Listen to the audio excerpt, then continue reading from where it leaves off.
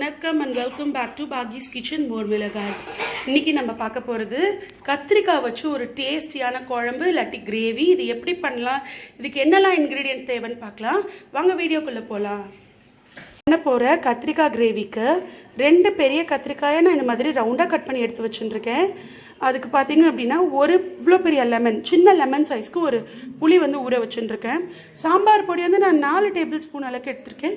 உங்களுக்கு தேவையான அளவுக்கு உங்களோட சாம்பார் பொடியோட காரம் நீங்கள் எவ்வளோ சாப்பிடுவீங்களோ அதுக்கேற்ற மாதிரி நீங்கள் அட்ஜஸ்ட் பண்ணிக்கோங்க.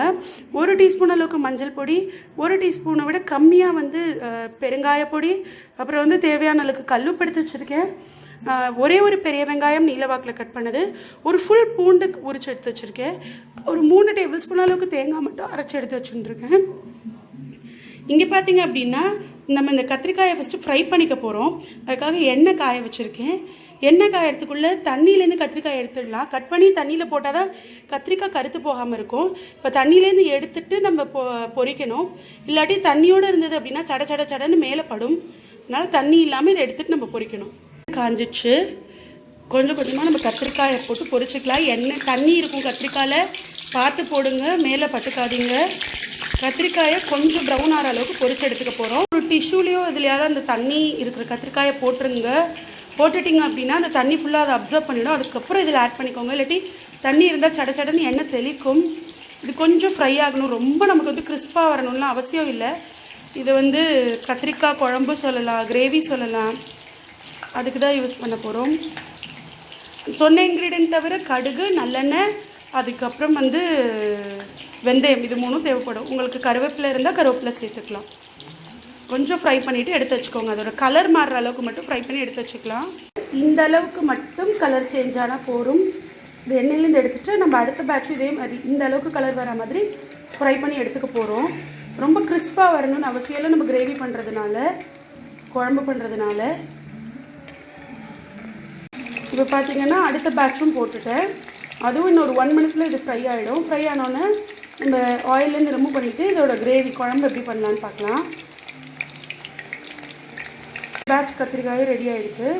இதை இறக்கிட்டு அடுப்பு ஆஃப் பண்ணிடலாம். இதை எடுத்துட்டு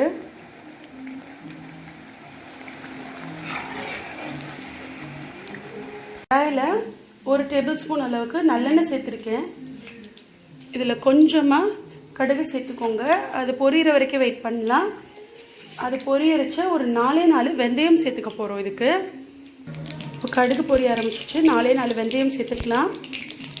அதோடையே நம்ம எடுத்து வச்சுருக்கிற வெங்காயமும் பூண்டையும் சேர்த்துக்கிறோம். நல்லா வதக்கிக்கோங்க.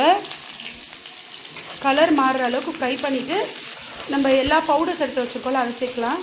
உங்களுக்கு தக்காளி வேணாலும் நீங்கள் சேர்த்துக்கலாம். தக்காளி சேர்த்திங்க அப்படின்னா புளியோட அளவு கொஞ்சம் கம்மிப்படுத்திக்கோங்க. இந்த மாதிரி டிஷ்ஷஸ்க்கு நாட்டு தக்காளி சேருங்க. அதுதான் நல்லது உடம்புக்கும், நல்லாவும் இருக்கும் டேஸ்ட்டு. கம்ப்ளீட்டாக புளி அவாய்ட் பண்ணிவிட்டு கூட நீங்கள் நாட்டு தக்காளியே சேர்த்துக்கலாம். நான் இன்றைக்கி தக்காளி சேர்க்காமல் வெறும் புளி மட்டும் சேர்த்து இதை பண்ணுறேன். கிட்டத்தட்ட வத்த குழம்பு மாதிரி தான் இருக்கும். ஒரு டேஸ்ட்டுக்கு அண்ட் ஒரு டிஃப்ரென்ஸ்க்காக நான் கத்திரிக்காயை ஃப்ரை பண்ணி எடுத்துட்டுருக்கேன். நல்லா கொஞ்சம் கலர் சேஞ்ச் ஆகிற அளவுக்கு இதை நல்லா ஃப்ரை பண்ணிக்கோங்க. அப்புறமா நம்ம எடுத்து வச்சுருக்கிற உப்பு, சாம்பார் பொடி, மஞ்சள் பொடி, பெருங்காயம் எல்லாம் சேர்த்துக்கலாம்.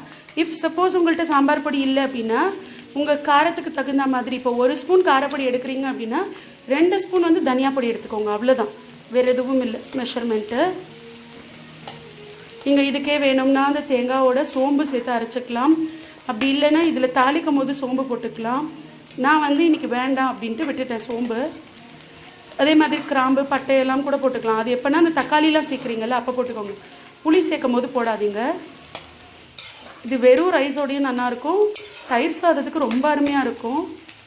அதே மாதிரி கொஞ்சம் ஊத்தப்பம் மாதிரி வைக்கிற தோசைக்கு இது சூப்பராக இருக்கும். கொஞ்சம் கலர் சேஞ்ச் ஆகணும், இன்னும் கொஞ்சம் சேஞ்ச் ஆகணும். வச்சுருக்கிற எல்லா பவுடர்ஸையும் இதில் சேர்த்துடலாம். உப்பும் சேர்த்துக்கோங்க. சேர்த்துட்டு இதை 1 மினிட் வதக்கிட்டு நம்ம எடுத்து வச்சுருக்கிற புளி தண்ணி சேர்த்துக்க போகிறோம். ரொம்ப கருக விட்டுறாதீங்க இந்த மசாலாலாம். புளி தண்ணி சேர்த்துட்டு நீங்கள் சாம்பார் பொடியெலாம் சேர்த்திங்க அப்படின்னா கட்டி கட்டியாக நிற்கும். அப்போ என்ன பண்ணலாம் அப்படின்னா கொஞ்சமாக தண்ணியில் கரைச்சிட்டு அதை சேர்த்துக்கலாம்.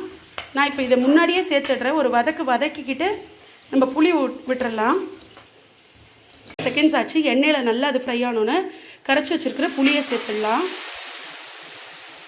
புளியை சேர்த்து இன்னும் கொஞ்சம் தண்ணி சேர்த்து கொதிக்க விட்டுக்கோங்க. நான் இப்போது புளி தண்ணி சேர்த்ததுக்கப்புறம் கொஞ்சம் தண்ணியும் சேர்த்து இது நல்லா அந்த புளியோட பச்சை வாசனை போகிற அளவுக்கு, அந்த சாம்பார் பொடி புளி எல்லாத்தோட பச்சை வாசனை போகிற அளவுக்கு நல்லா கொதிக்கணும். அது வரைக்கும் நம்ம வெயிட் பண்ணலாம். ஒரு 5 minutes ஆகும் இது ரெடியாக, கொதித்து அந்த பச்சை வாசனை போய் ரெடி ஆகிறதுக்கு. புளியோட ரா ஸ்மெல் போனோன்னா நம்ம அரைச்சி வச்சுருக்கிற தேங்காய், நான் கொஞ்சம் தண்ணியாக அரைச்சி வச்சுருக்கேன், அதை ஆட் பண்ணிக்கலாம். இது எப்படின்னா நமக்கு வெத்த குழம்புக்கும் கத்திரிக்காய் எண்ணெய் கத்திரிக்காய் குழம்புக்கும் நடுவு ஸ்டேஜில் ஒரு கிரேவியாக இருக்கும் இது. இப்போ இதை போட்டு ஒரு 1 நிமிஷம் கொதிக்க விட்டுட்டு நம்ம கத்திரிக்காயை சேர்த்து ஒரு 3 நிமிஷம் மூடி வச்சுக்கலாம். தேங்காய் சேர்த்து 1 நிமிஷம் ஆச்சு, நல்லா கொதிச்சுட்ருக்கு இல்லையா. நான் தேங்காவை ரொம்ப ஃபைன் பேஸ்ட்டாலாம் அரைக்கலை, இந்த மாதிரி அங்கங்கே தெரிகிற மாதிரி அரைச்சிருக்கேன். அது நம்ம வாயில் கடிப்பட்டு சாப்பிட்றச்சு ரொம்ப நல்லாயிருக்கும். நீங்கள் வேணும்னா ஃபைன் பேஸ்ட்டாகவும் அரைச்சிக்கலாம், இல்லாட்டி பல்லாக கீத்தியும் இதுக்குள்ளே சேர்த்துக்கலாம். ஒரு 1 நிமிஷம் ஆச்சு இல்லையா. இந்த கத்திரிக்காய் நம்ம எடுத்து வச்சுருக்கோம்ல அதெல்லாம் சேர்த்துட்டு மூடி போட்டு ஒரு 3லேருந்து 5 நிமிஷம் வரைக்கும் வேக விட்டுக்கு போகிறோம். அந்த கத்திரிக்காய்க்குள்ளே அத்தனை சாரும் இறங்கிடும். இது ஒரு மாதிரி டிஃப்ரெண்ட்டாக நல்லா இருக்கும் சாப்பிட்றச்ச. இப்போ நம்ம எடுத்து வச்சுருக்கிற அத்தனை கத்திரிக்காயும் நம்ம சேர்த்துட்டோம். இப்போ அடுப்பை சிம்மில் வச்சு ஒரு 5 நிமிஷம் 3லேருந்து 5 நிமிஷம் அளவுக்கு மூடி வச்சு குக் பண்ணுங்கள். நான் அடுப்பை சிம் பண்ணிவிட்டு ஒரு மூடி போட்டேன். 3லேருந்து 5 நிமிஷம், நடுவில் ஒரு தடவை மட்டும் ஓப்பன் பண்ணி கிண்டி விட்டுக்கோங்க. 5 minutes ஆச்சு, இதை ஓப்பன் பண்ணிக்கலாம். ஓப்பன் பண்ணுறச்ச எப்போதும் உங்களுக்கு ஆப்போசிட் டைரெக்ஷனில் ஓப்பன் பண்ணிங்க அப்படின்னா அந்த ஆவியெல்லாம் அந்த பக்கம் போயிடும். இப்போ பாருங்கள், நல்ல குழம்பு திக்காகி நம்ம விட்ட எண்ணெயெல்லாம் பிரிஞ்சு வந்துடுச்சு இல்லையா. இந்த ஸ்டேஜ் இருந்தால் போகிறோம், ஏன்னா ரைஸோட பசந்து சாப்பிட்றதுக்கு. இந்த கத்திரிக்காயிலையும் நல்ல அந்த உப்பு புளிப்பு காரம் எல்லாமே இறங்கியிருக்கும். இப்போ நம்ம அடுப்பை ஆஃப் பண்ணிவிட்டு இதை ஒரு பாத்திரத்தில் மாற்றிக்கலாம். நம்மளோட டேஸ்டியான எம்மியான கத்திரிக்காய் கார குழம்பு ஆர் புளி குழம்பு ஆர் எண்ணெய் கத்திரிக்காய் குழம்பு இல்லாட்டி கத்திரிக்காய் கிரேவி ரெடி ஆகிடுது. நீங்களும் மறக்காமல் இதை உங்கள் வீட்டில் ட்ரை பண்ணி பாருங்கள், ரொம்ப நல்லாயிருக்கும். சுட சுட சாதம் ப்ளஸ் 1 ஸ்பூன் நெய், இது வேறு எதுவுமே வேணாம், ஒரு அப்பளம் இருந்தால் போதும், ரொம்ப அருமையாக இருக்கும். உங்களுக்கு இந்த வீடியோ பிடிக்கும் அப்படின்னு நான் நம்புகிறேன். மறக்காமல் இதை ட்ரை பண்ணி பாருங்கள். இந்த வீடியோ பிடிச்சது அப்படின்னா லைக் பண்ணுங்கள், ஷேர் பண்ணுங்கள், கமெண்ட் பண்ணுங்கள். இது வரைக்கும் நம்ம சேனலை சப்ஸ்கிரைப் பண்ணலைன்னா சப்ஸ்கிரைப் பண்ணிக்கோங்க. பக்கத்தில் இருக்கிற பெல் ஐக்கன் ப்ரெஸ் பண்ணிக்கோங்க, ஏன்னா நம்ம சேனலில் அடுத்தடுத்து போடுற வீடியோஸோட நோட்டிஃபிகேஷன் உங்களுக்கு தெரியறதுக்காக. இவ்வளோ நேரம் இந்த வீடியோவை பார்த்ததுக்கு thank you so much. Bye bye.